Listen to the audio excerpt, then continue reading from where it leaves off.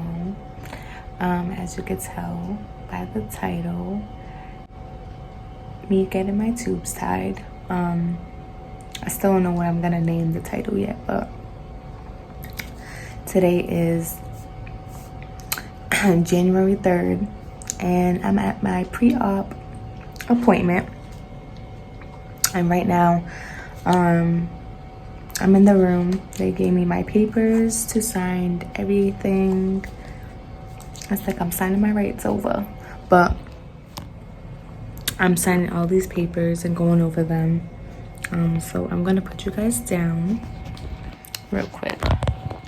I don't have my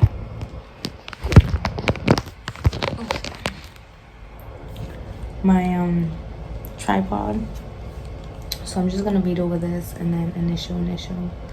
So I'm getting both of my fallopian tubes removed. So tying my tubes for good, for life. It's a bittersweet moment. I gotta have you guys like this. There's no angle I could put you guys in. Yeah. I'm gonna read you guys. I'm on the risk page. So infection possible, prolonged hospital for IV antibiotic treatment. That's very uncommon. Air in vessels, very uncommon. Completion of operation or correction of injury requiring abdominal incision, very uncommon. Failure to obtain sterility, very uncommon. So this means like it's very uncommon, like it's not gonna happen, like it wouldn't happen. Bleeding, possible hemorrhage, recurring transfusion of blood products, uncommon. Injury to adjacent organs, very uncommon. Failure of wound to heal, very uncommon. Blood clot, pelvis or legs that move to lungs, very uncommon. Permanent and disfiguring scarring, uncommon. Need for reoperation, very uncommon. So the only ones I would have, it says potential problems related to recovery is minor bleeding / abdominal pain that lasts for up to 7 to 10 days period following procedure. I still can't believe that I'm tying my tubes, guys, but I'll get into that on another day. And this page is literally me like writing everything. And this paper is about informed consent for blood and blood transfusion, which I'll say this now. If you don't know, if you didn't watch my labor and delivery video of me explaining my birth with my daughter, go watch that. But I did have to get a blood transfusion because I did lose lots and lots of blood when it came to her, like to the point that I almost died.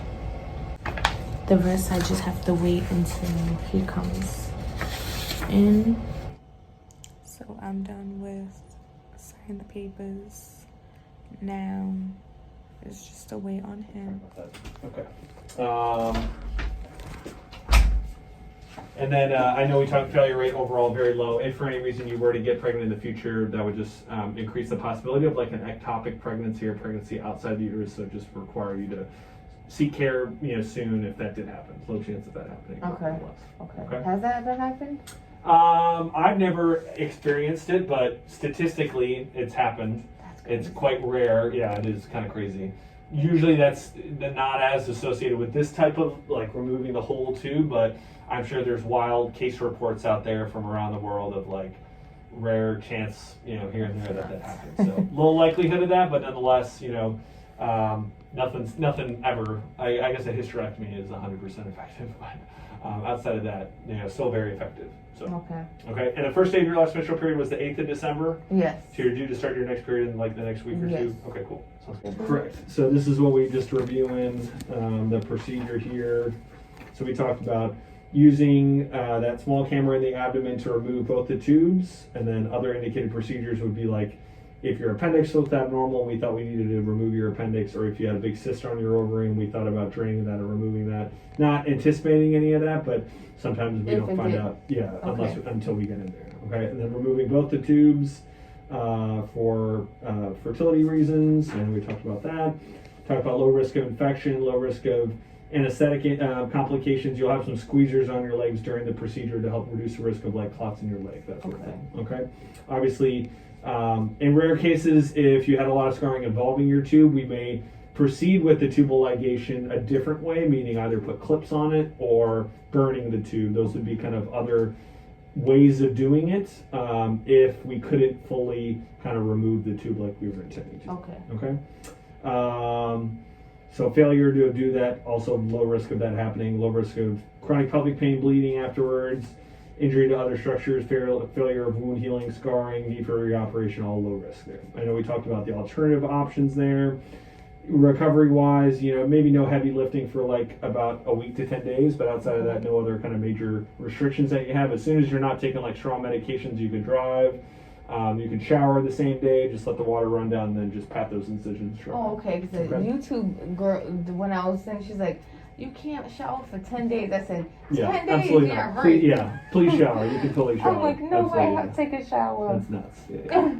Just don't like pick at the incisions and just let the water run down and then just pat them dry. Okay. All right, so you'll sign this top line date and time, and then I'll sign my portion here. Today is the 3rd. So what do you think that my husband should take off?